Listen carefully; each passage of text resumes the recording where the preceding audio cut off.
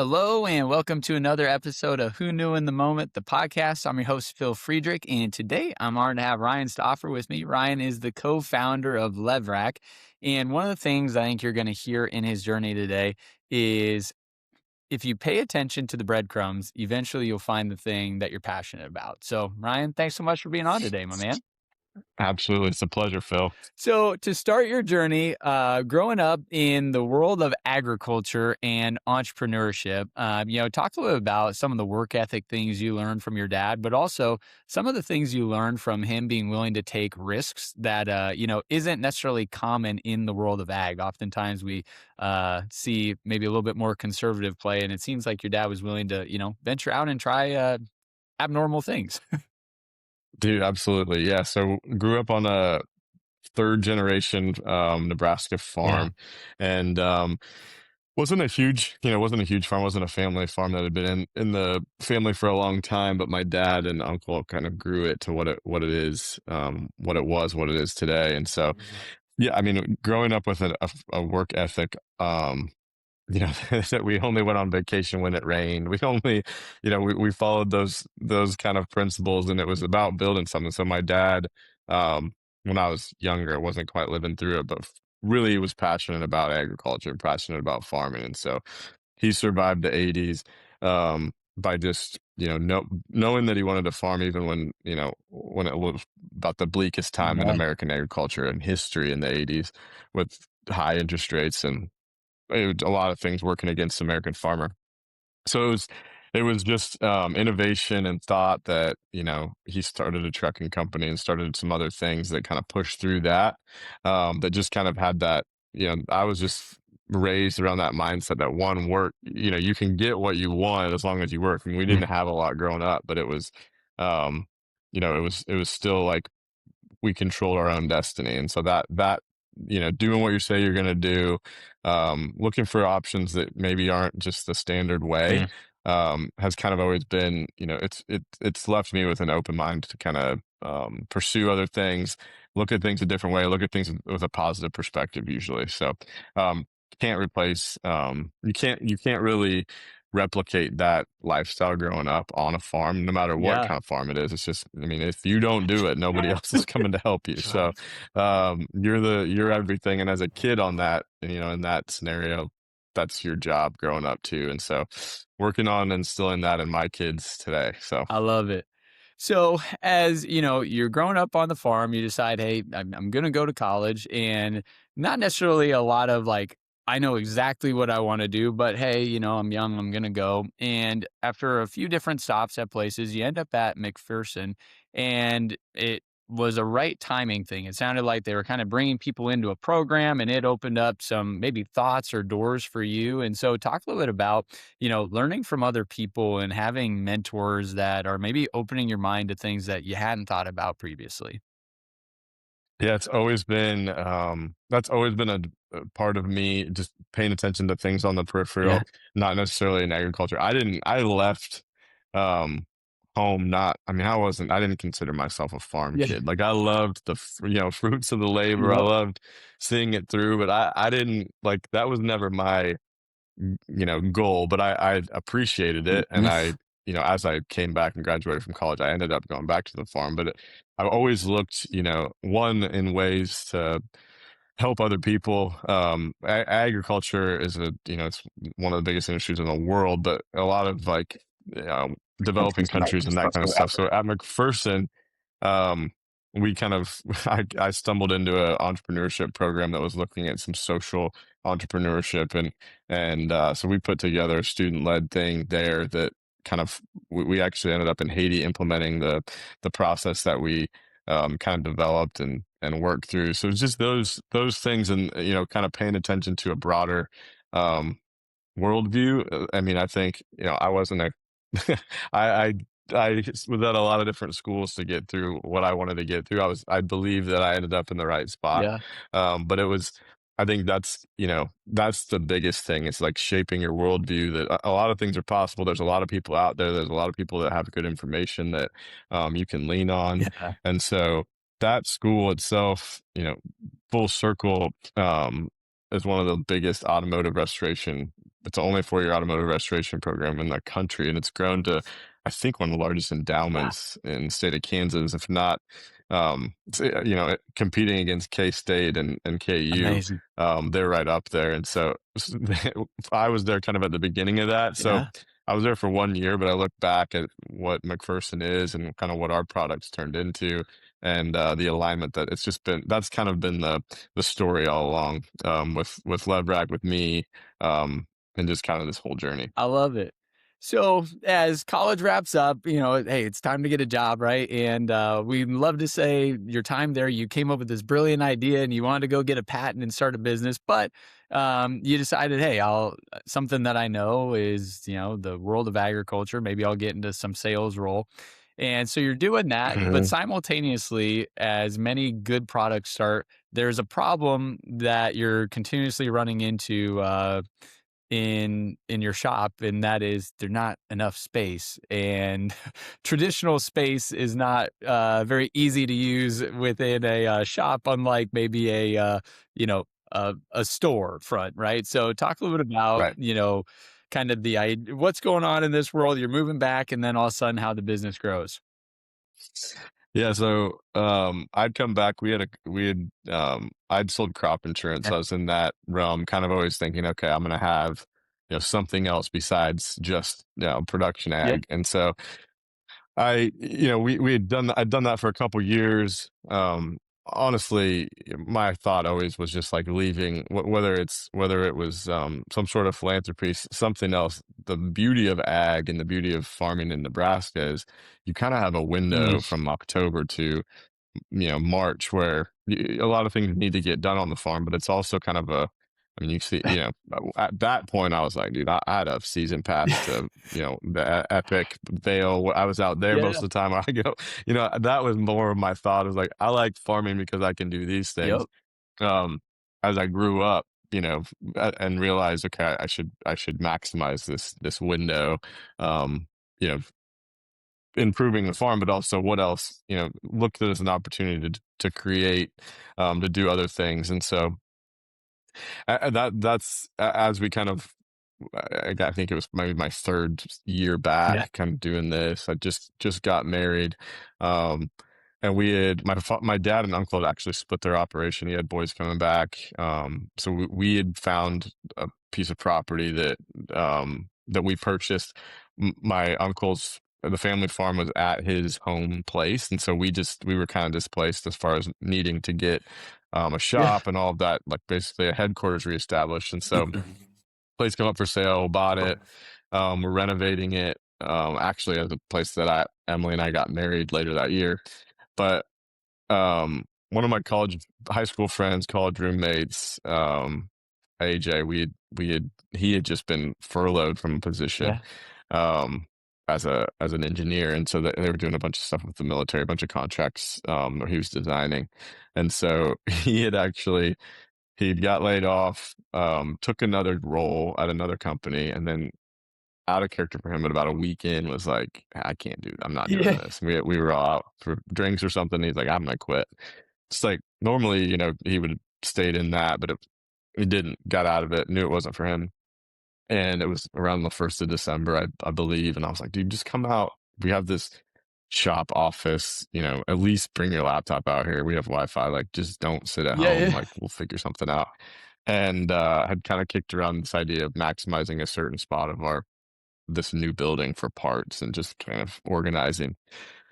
And so we came up with at the end of the day, it was this idea, with another one of our friends that was working for us at the time on the farm, kind of helped us weld it and put it together and had a prototype within like, 3 or 4 weeks. And he never went back, never got another job. So it was just kind of a crazy story, that way. And within, 6 months, we had a patent. Within 8 months, we had our first sale. And then it's just kind of been just kind of been a cycle like that since yeah. then. So Yeah. So I think, one of the hard parts of entrepreneurship, especially when it's a brand new idea, right? Starting a business or doing something from scratch is hard, but especially when you're creating it. But you guys got a vote of confidence in 2015 when you won a national competition for your design. So talk a little bit about like those early wins, and like, hey, I know we don't maybe have sales yet, but like there's someone that sees the value in what we are creating here. Yeah. Yeah, for sure. It was, we early on when you have an idea, a lot of times you're just like somebody's had to have, thought of Right. this. And there were some similar products out there, but it was more of, hey, let's kind of put our stamp on what we think this is. And so tying in our interest, tying in that stuff. Um at the time, ag and still is a part of my day to day. And so it made sense. Let's market this towards farmers. Like Yeah. let's do this, everybody has a shop, we're getting sold products all the time Yeah. by, fertilizer, chemical, seed dealers are in our building all the time trying to sell us stuff. They can all use this product. And so we kind of focused on agriculture, and through that, um, we looked at this rural entrepreneurship program that the Farm Bureau was Yeah. doing, and so early on, like, yeah, we applied everything else. We talk, everybody's like, oh, it's a startup, and in today's world, and then it's like a startup was always a tech company, Yeah. or you're not starting to build metal shelving, like that's not, it didn't. So we were up against all these apps and other, crazy pieces of technology. And so we entered, with a unique idea for farm and shop stores, and at the end of it, we were one of the finalists, and then won the People's Choice section of that for the National Farm Bureau. Spent some time in DC and pitched at their national convention, but that was right a year to the day that we really had the idea. We were pitching that to those, and so yeah, just kind of those little things, and that proved it out in the industry that we kind of had thought about it in. And it kind of goes on to to say, like, we had not we didn't really know what we had, and still don't always take um full responsibility of like where the product can be used. And so it was limited towards, towards agriculture to start with. And we're like, well, soon after, we're like, this, we got to pull our heads out. This isn't just a farmer's product. And so I love it. Now, for you, maybe less than a year later, you can have a great idea, but if you're not a go-getter and willing to, put yourself out there, you can only grow a business to be so big. And you're watching or notice that the Discovery Channel is going to be having a new show come out, and you're yeah. like, "Hey, I'm not above sending out a DM and or a cold reach and see where it leads." So, talk a little bit about why you decided to reach out to the Discovery Channel, and then what transpired from there. Yeah, I think, early on, uh, with social media, it's been a huge thing for us. But being able to, our thought is like, dude, this is kind of a way to reach out to some of the people that we're interested in, or things Yeah. or industries that we're interested in, whether it's motorsports, athletics, anything like that. We can push our way and kind of find, present it to them if it's a new product. And so early on, we decided, we had seen, this, yeah, Garage Rehab was the name of this show, and we're like, oh, this is perfect. Shot a DM. They had filmed their first season already. Guy says, send me your phone number, calls me right back, one of the hosts. Um, and we end up doing the 11 episodes, 10 or 11 episodes on the next season. And that's kind of how it's just been this like windy path of just like saying yes to some of these things. I've been very fortunate, very blessed to like wind up in them. But yeah, we basically from um, Orange County to Key West, like we did in 7 months, we hit like 11 stops in between there. Nice. So every month we were doing 1 to 2, where AJ and I would drive the van somewhere and set something up for between 5 and 60 seconds of airtime Yeah. on a TV show. But yeah, I got in front of people. It still airs today. People still mention it. Um, so that was one of the first early wins. And again, it's always been the theme of like we've been able to look way bigger than we actually are. I mean, we're still a small, tight knit Yeah. group here in Southeast Nebraska that fulfills every order. So, but that was a looking back, that was a really great kickoff. Kind of again put us, aligned us with some bigger brands in the automotive industry that had paid a lot to be there. We were living on product, so we were giving product away. Still a main part of our marketing plan, Yeah. but yeah, that's kind of how we started to get the word out. So I want to dive into that for a minute. Someone listening right now and doesn't just have to be a business principle. It might be social connections. They're sitting there and they're like, "Well, I only want to do this if it's beneficial to me." And obviously there was benefit to you in regards to, 5 to 60 seconds of airtime or, connections, but there wasn't necessarily a monetary. It actually was probably a No, negative monetary yeah, for you as a business at that point in time, which you go, once again, early on in business, it's hard to do things for free, right? Like usually you need the capital to, keep flowing. So talk a little bit about, hmm making those calculated decisions of, hey, it may not make the most sense like dollars and cents wise, but it made a lot of business sense from, doors that could be opened, relationships that were made, and then, just that ability to say, hey, I'm marketing and I'm working with you. So talk a little bit about that for you guys. yeah. It's hard to explain to a lot of people when you're looking at dollars and cents because people would rather spend you know $20,000 a month on Google Ads or something like that. But we still say today, and it's the favorite part, my favorite part of what we've done here, is we built a relationship with our customers. We build a community around our Yep. product that sounds really stupid as as a shelf, but that's been the coolest thing, right? It's relationships. It's a foundation around an American made product that you can say, hey, these guys in Nebraska made Yeah. this. It's unique, and we were very fortunate. It's like if we had another toolbox, we couldn't go to everybody and say, "Hey, here's a toolbox," because they're going to say, yeah, we'll take it for the toolbox and X amount of Yep. dollars." So we did have a unique opportunity and still do with a product that's just different. Yep. Um, so that's been huge. But yeah, a lot of people don't understand that. I've talked to people like, how do you get in front of these people? It's like for the first 5 years, it was just whether it was AJ or I, like we were just scouring um, anybody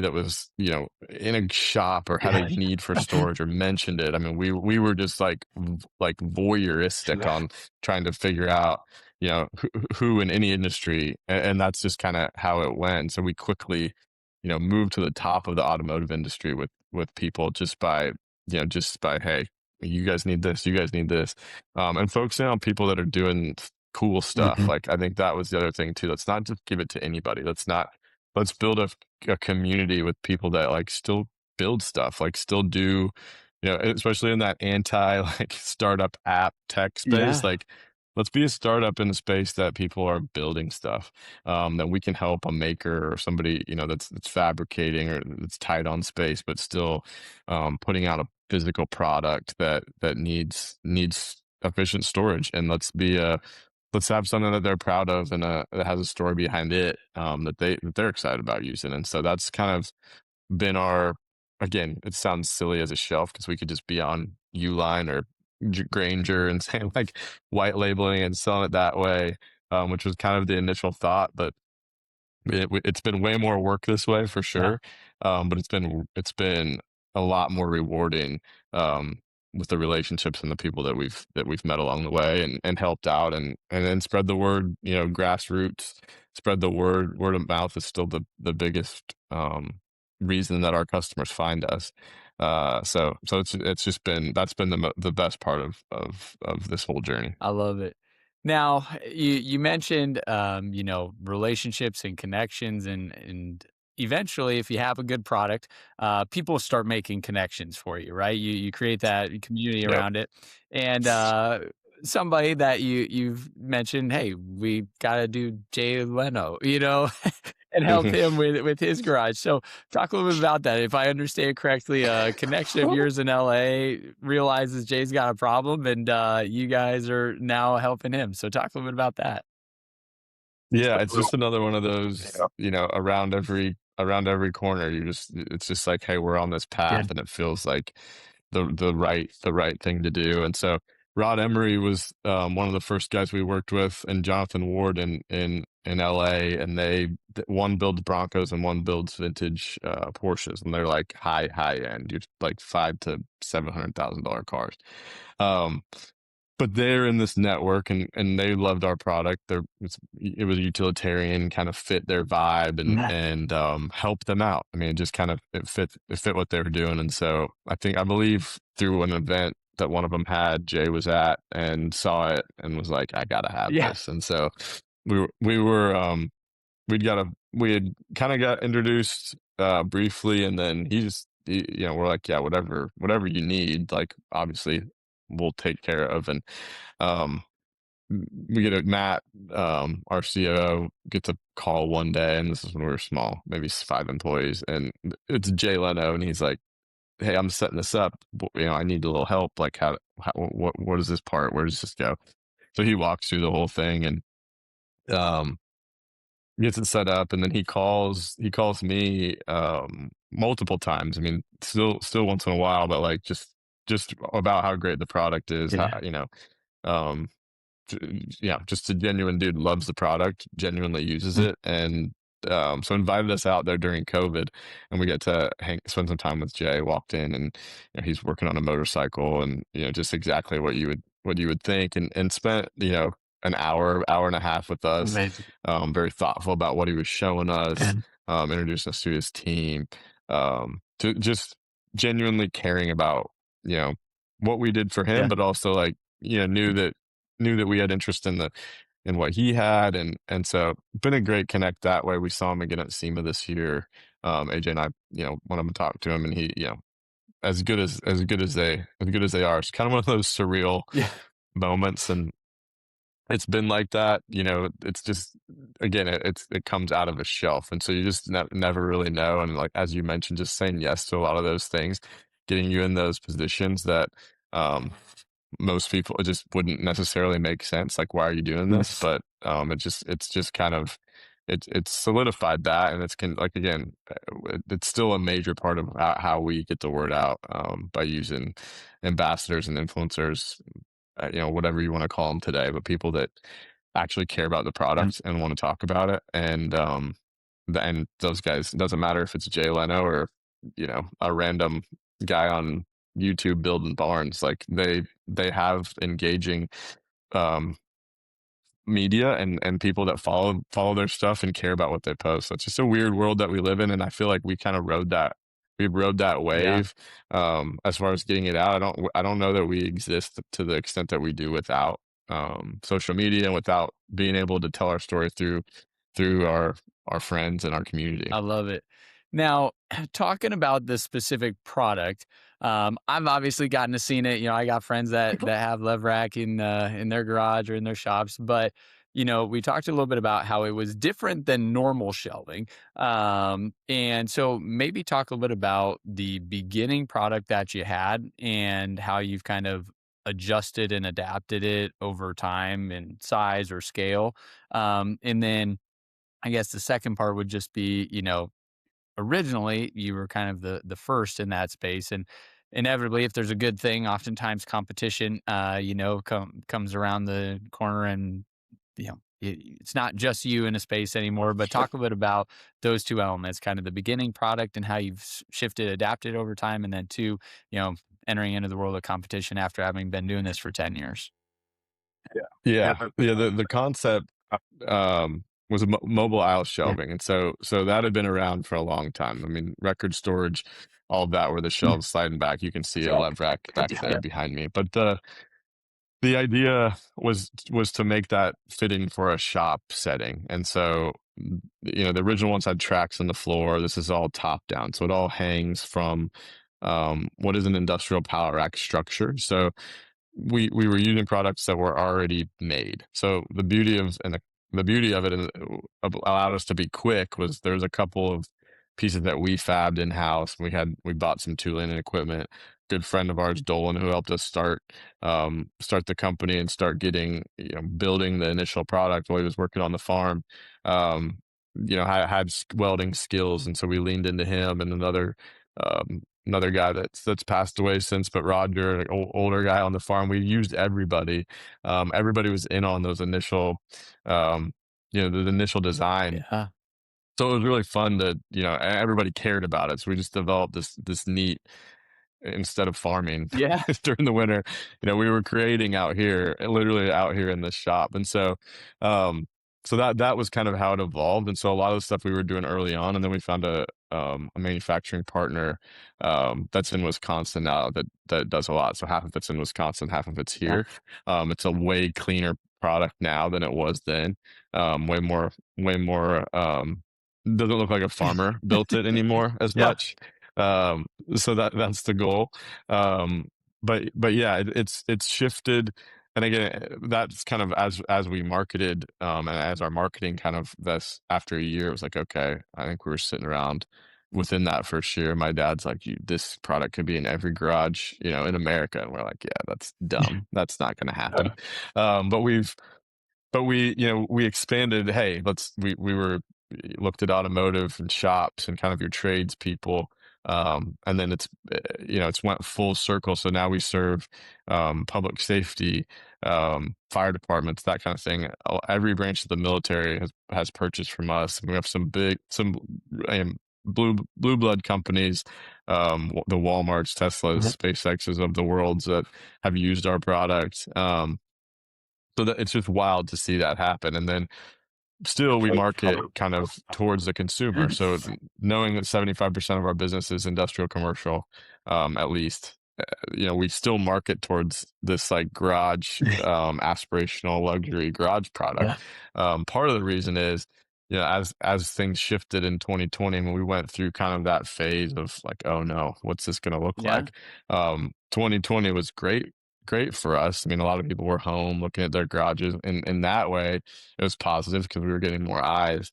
The negative was, we're all domestically manufactured, Right. so the biggest thing, and that we're proud of, is everything's made here, which is also a good thing, except for the cost of labor and the shutdowns and all of that. So we've seen our costs, over double, in that time frame. So that's been a challenge. Yeah. So we really, going back to the every garage in America, ideally you have $1,000 product that gets you in the door, gets you a Levrack product, Yeah. and that dream has since kind of sailed Yeah. as far as, our current product offering. So that's been a shift, and kind of a shift into where it lives as a higher end garage product. Yeah. But on the competition side, we haven't seen a direct competitor doing exactly what we're doing yet. We know that it's coming, um, but I think, we lean on the fact that we've created this Mm. brand, this foundation that people care about who we are, what we do, and the quality of the product that we produce.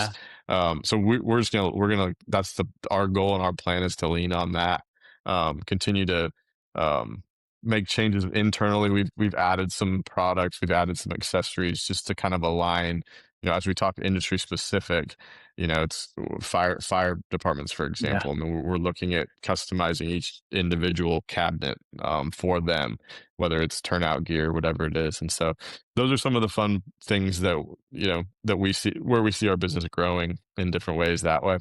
But it's yeah, it's still the garage industry. It's a multi-billion dollar, business a year if we talk garage storage. So we're just a very small part of that.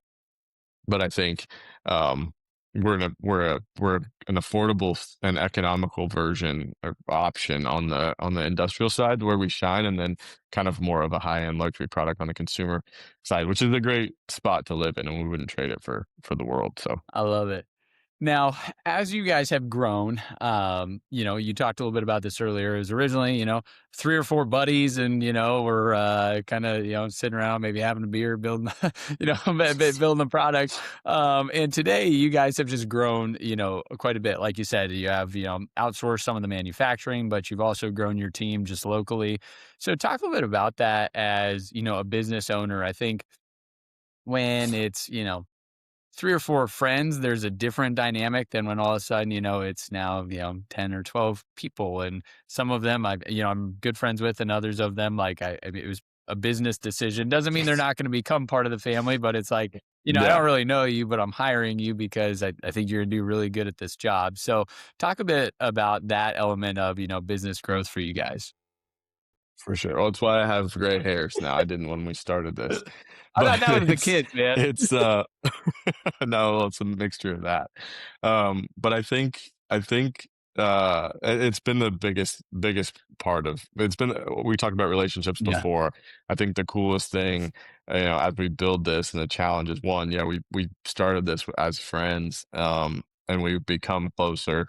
There's definitely been challenges as you yeah, grow. There's different things, but I think, when we look at what small thing we've created and the families that you support locally and the family that you've created in the business. I mean, that's one of the coolest things um, that you can do as a business leader, I think, as a business owner. So we don't take that for granted. Love creating right here in Seward County. And a lot of people still don't know, what we do or where we are, or who we are, but we're growing in that footprint, but that's been it's accepting different roles, it's accepting new things where you have to make decisions. You kind of have to take the emotion and we care a lot about what we do, yeah, and so I think that's been we're as you start a business, I think the biggest challenge is everybody's wearing so many hats, yeah, everybody's doing so much, and so as you kind of peel that off, it's like, what does my role look like yep, now?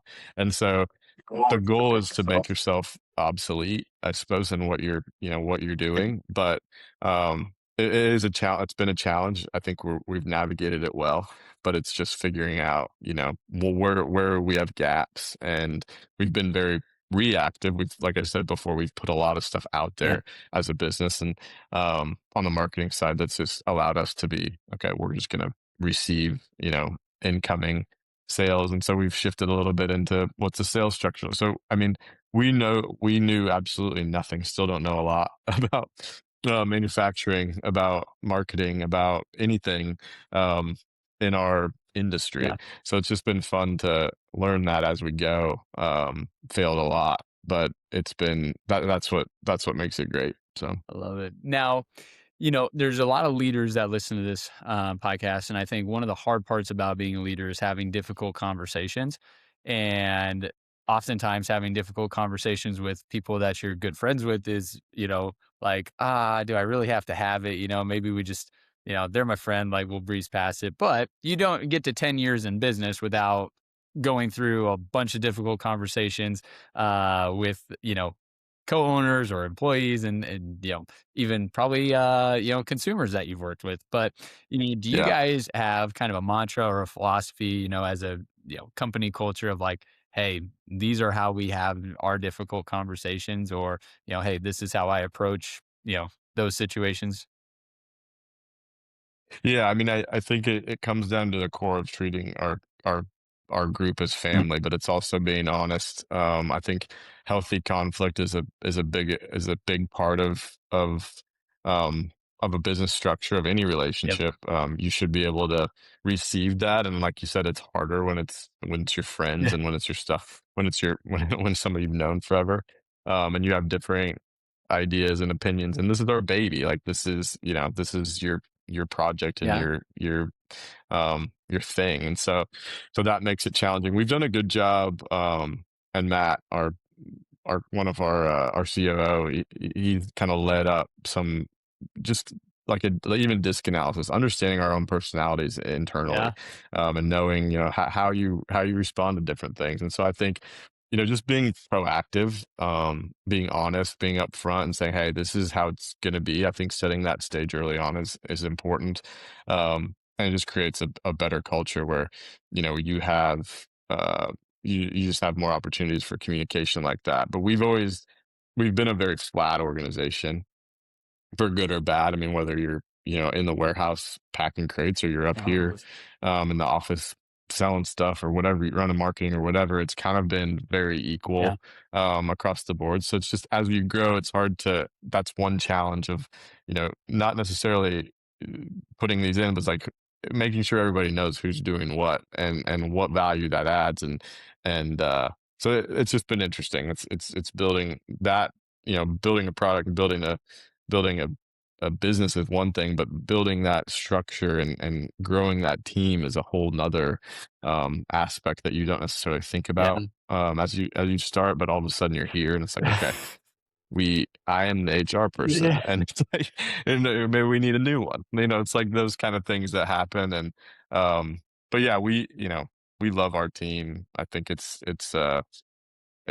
been fun to add to it. We're doing it currently right now. I think it was always word of mouth. Find somebody that you know, but we've went outside of that circle and brought in good people too. And so, yeah, it's one of those. It's a little bit frightening as you start to grow and add people 'cause you got to have stuff for them to do. It feels like, but we've grown our team at a pretty healthy rate. And added just really great people. And so can't replace that. You're always going to have some issues, um, but yeah, it's treating everybody like family, treating everybody like you think they'd want to be treated. And it helps to have we have enough variety in what we do. Every day is different. And when we're selling to different folks, we're shipping to different places, doing different projects. And so that makes it fun, keeps entertaining as well. I love it. Well, I'll end with this. You've had a bunch of important phone calls, but has there been a time where, whether it was Matt or you got the phone call, you go, no, it's not, like who's prank dialing me? Like, all right, is this really Jay Leno? Like, I mean, all right, which of our friends is, being an ass and, made this phone call? Yeah, I think Jay's definitely up Yeah. there. I mean, we've gotten the funniest part of kind of our whole as we added to our group and our community, like the country music scene has been Yeah. weird. And I think we focused a little bit on the outdoor space, so gear storage and that kind of thing. So it's kind of attracted that group. Yeah. But that's just been funny. It's just like we've become like the shelving of country music, which is so dumb. And so a lot of those folks have just been really good, whether it's Thomas Rhett or Jordan Davis or um, that group. It's just been kind of neat that way to start those relationships and have those outside of what we're doing. But I think yeah, there hasn't been there's just been a bunch of goofy ones. Bill Goldberg's become a good friend, the former Yeah. wrestler. So it's just an eclectic group of folks that we call our community. That will reach out and say, "Hey, I got a buddy that wants to do this," and but yeah, early on, we tracked a lot of we would see every sale. We would look at every single sale and. Um, it's just funny to like Michael Dell was Yeah. one of the first customers that we had that purchased a product for his property or his manager in Austin. So you would go back to 2016, 2017. You're like, well, how did he? When we have 1,000 Instagram followers, we have how did he find this? Yeah. And so whether he knows that he bought it or not, his guy might have bought it. But it's just you track those and you see those things. Um, so yeah, it keeps it fun. You look back at those and you're just like, how, well, crazy. So I love it. Well, hey, man, I appreciate you sharing the journey and sharing the amazing, product and work you're doing, and excited for all the growth you've had and will continue to have. And we'll probably be doing this again here in, another 2, 3 years, talking about the additional growth and, the continued expansion of Levrack. we'll love it, Phil. Appreciate you having me on. Love your show as well. But yeah, look forward to talking to you soon.